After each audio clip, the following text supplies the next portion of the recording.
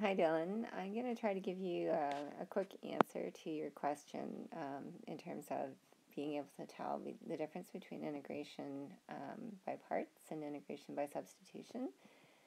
So when you see an integration by parts question, it's going to be that you're integrating two functions. So an easy example would be like x times ln of x. So those two functions are not related to each other, like one is not the derivative of the other or anything like that. And so if we have the function x and the function ln of x, then this is a perfect candidate for integration by parts because you're multiplying, you have the product of two functions here.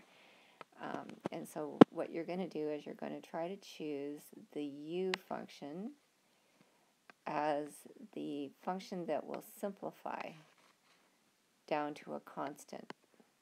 And so if I take u as x, then du is 1 dx, right? And then you're going to take your dv as the other function, and you're going to integrate that to find v, so that would be 1 over x. And so when you go back into your integral, you're going to do u times v minus the integral of v du, and so you'll have x times 1 over x times the integral of 1 over x times 1 dx. Okay, that's what du is right there. So we've simplified this a lot now because we just have 1 times the integral of 1 over x dx, and that's just ln x, I think. Okay, plus c.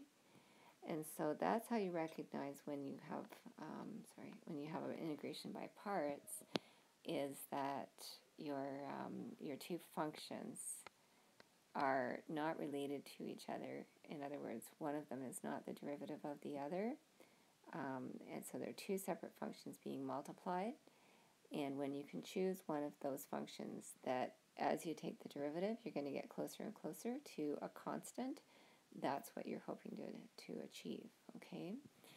So the other one you asked about was by substitution. And so if I make up a quick example of one that would be like that, if we had something like the integral of 2x times the square root of x squared minus 1 dx, what you're going to notice there that tells you that substitution is the right way to go is that this function under the root sign, this x squared minus 1, it has a derivative of 2x. And so this is related to the square root function because it's the derivative of what's under the square root sign. And so if I do a u substitution here, if I do x squared minus 1 for u, then du is equal to 2x dx.